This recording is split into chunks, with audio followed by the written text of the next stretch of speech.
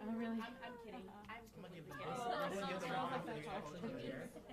They do that when we're just these meetings. You'll see everyone just sitting there on paper getting ready. Yeah.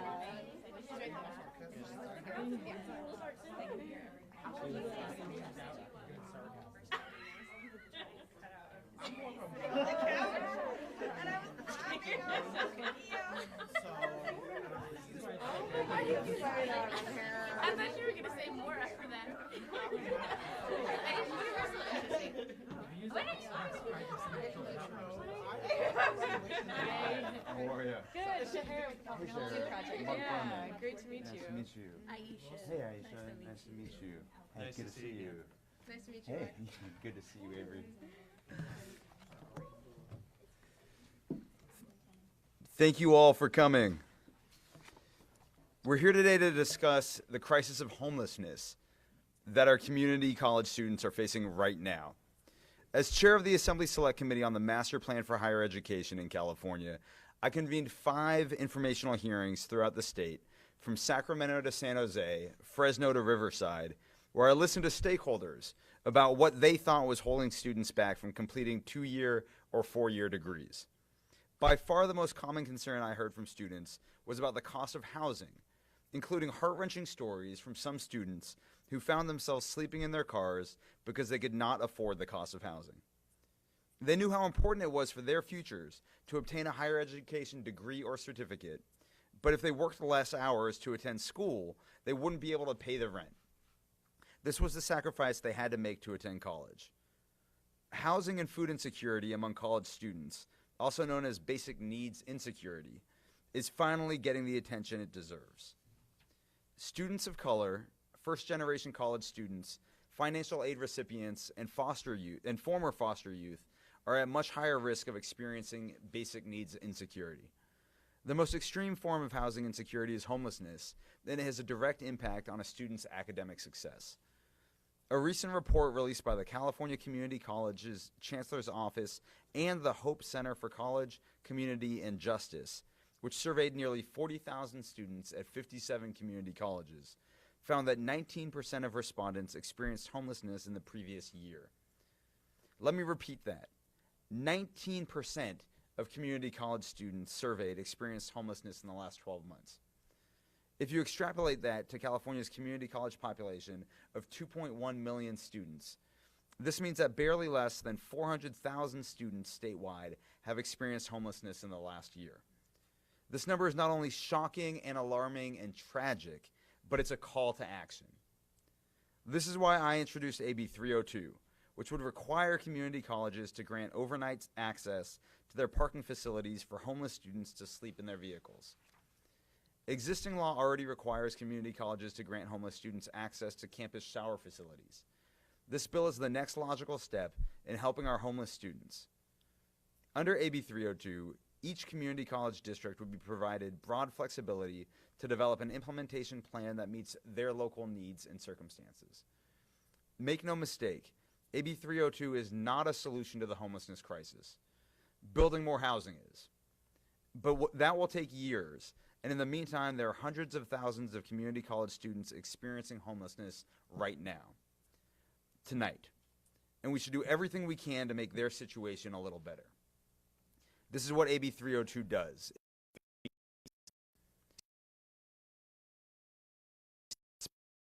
That it is the intent of the legislature that homeless students who use overnight parking facilities be connected to available state, county, community college district, and community-based housing, food, and financial assistance resources. The goal isn't to have community college students or anybody sleep in their vehicles. We should be able to provide housing for residents at every income level. But we are far away from that goal in California today. The reality is that students are sleeping in their vehicles right now. And when we don't provide a safe place for them to sleep, we force them into the shadows, into dark alleys and industrial parks, where they are most vulnerable and at risk of theft and bodily harm. We can no longer pretend that community college student homelessness isn't a crisis. We have the data that clearly says it is. Shame on us if we turn our backs on these students and choose to ignore them. I'm proud to share that the idea of providing safe overnight parking in these to these students came from my former district office intern, Avery Robinson, who's here today. She's a student at Foothill College and shared with me her friend's story of homelessness.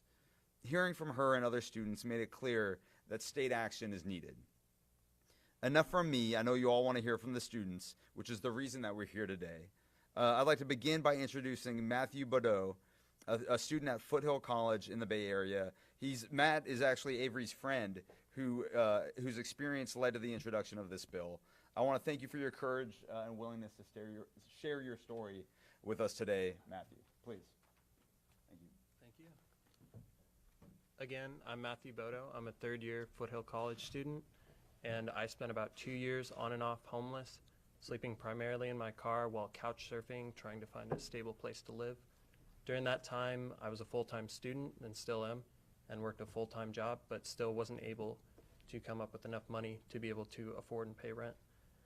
I did attempt to sleep in my car on campus and was asked to leave several times by campus police. So I resorted to sleeping nearby off campus, which was not well received by the residents of the area, as not only is it illegal, but the residents did not take kindly to it. They did things like vandalize my car, which is a very big deal to me, as that was my home. I had nowhere else to sleep. So any damage done to that was really huge to me. I ended up parking further and further away from campus to try and find somewhere legal and safe, which was problematic because every day before starting my day at work or school, I would travel to campus to use the showers that were available to all students.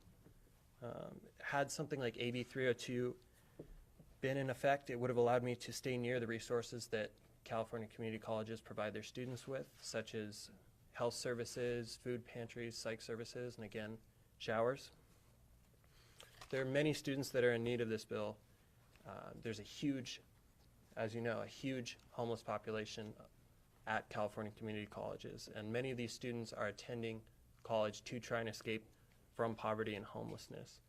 With schools being one of the few environments that are stable and can allow students to obtain the academic skills, credentials, degrees, etc., to escape from poverty and homelessness, it's essential that we provide as much help as we can to California community college students by allowing them to stay near the resources that are available, providing them a safe place to park. So again, I want to thank Assemblymember Berman for putting this forward. Again, it is not a permanent fix, but it is much needed with how homelessness seems to be criminalized around the state. So thank you again for putting this forward. I truly appreciate that. B-O-D-O.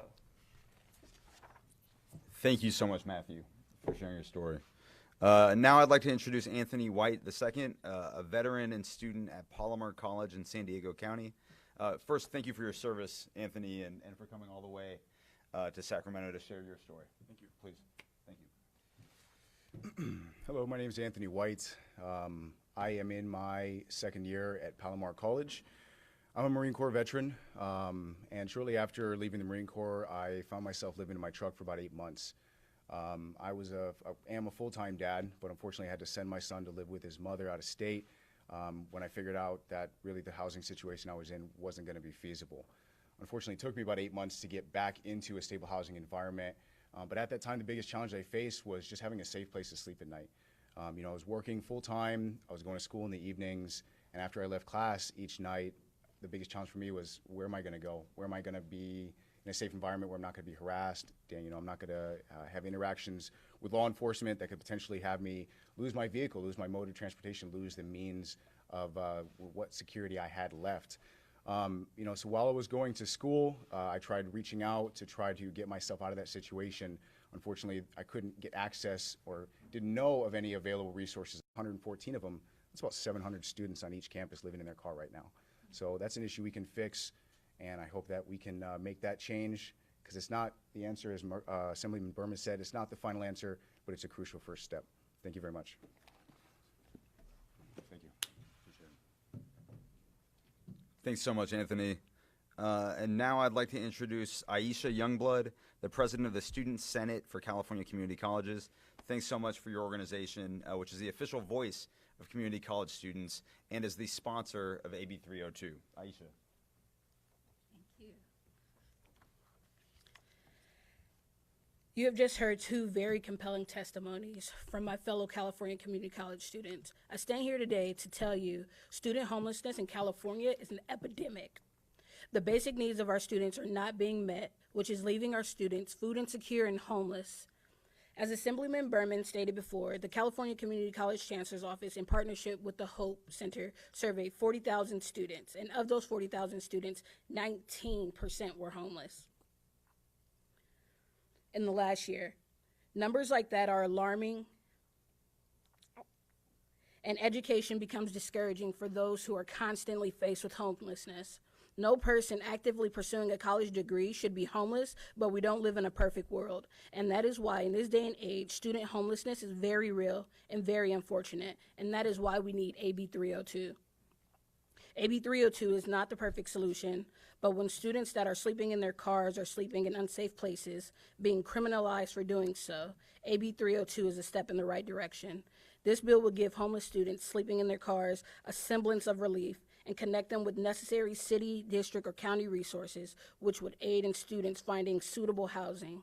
We have to start somewhere because our current efforts in the system are failing some of our most vulnerable students. Thank you. Could you spell your name for us, please? I-I-Y-S-H-A-A.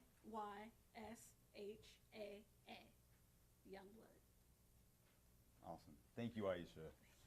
Lastly, I'd like to introduce Shahara Hyatt, the director of the California Homeless Youth Project, who has been working with youth and young adults experiencing homelessness for nearly a decade and is a subject matter expert on college homelessness. Thank you so much for being here, Shahara. Thank you.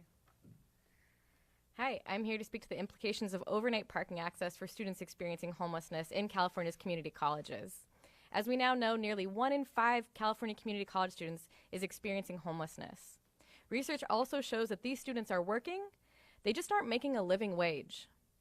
In addition to the communities that Assemblymember Berman mentioned, LGBT students, students who served in the military, and those who are pregnant and parenting are particularly impacted by homelessness and housing insecurity. College costs are so much more than tuition, and housing is typically the largest burden. In fact, when we surveyed homeless college liaisons, they said that housing is the greatest need of the students they serve, and yet the hardest need to meet. When we fail to provide for students, they are forced to decide between food and books, or housing and transportation. And when we talk with students experiencing homelessness, they often discuss the lack of safe places to exist. One of the important accomplishments of this bill is to help undo the impact of the criminalization of homelessness and poverty. We know in most parts of the state, it is not legal to park and stay in your car overnight, even when you have no other options. At the rate of local approval of low-income housing, many counties across our state will not meet their own housing goals for decades, or in some cases even longer. I appreciate Assemblymember Berman for aiming to address one community impacted by these punitive policies. We believe justice would look like adequate housing for every college student during their academic career. Harm reduction looks like having a safe, legal place to be while we develop longer-term strategies. These are not mutually exclusive goals. As such, the state needs to invest in housing and safe shelter opportunities for college students across economic lines. And we look forward to partnering with you all and with Assemblymember Berman as we work to achieve these shared goals. Thanks so much, Shahara. And now I'd like to open it up for any questions that folks might have, or spellings of speakers' names. Yes? So we talked about the big picture of how many students in the community colleges are currently homeless. There's a lot of different ways to be homeless, right? Whether you're living in a motel or crashing on somebody's couch. And so I'm just curious if you or anyone else up on stage has a sense of like what percentage of homeless students actually are living in their cars and would take advantage of something like this. Mm-hmm. Please. So, as was mentioned, the Hope Labs worked with the Chancellor's Office to get the survey. And from their statistics, we have 19% of the students surveyed are facing homelessness. That is a separate category from housing insecure. So housing insecure is dealing with relatives, crashing at a friend's place, but not having a permanent residence of your own. Whereas homelessness is living in the car, staying at a motel, staying in or on the street, where you don't have that semi-permanent roof over your head. So that 20 or that 19%, of that 19%, 20% of those students, or approximately 80,000, are currently living in their cars. And so when I said if you break it down across all 114 community colleges, that's about 700 each, so that's about 80,000. So 20% of that 19%. That's just living in their cars. Thank you. Thank you. And I think, I can't remember it off the top of my head, but was it about 50% of students in total were experiencing housing insecurity? 60% were housing insecure, 19% homeless at some point. Any other questions? Thank you very much for being here today and for covering this really important issue. Everybody behind me today has either experienced homelessness, is experiencing homelessness right now, or knows somebody close to them who is. So thank you all for being here, and thank you all for covering this issue. Really appreciate it. Thanks.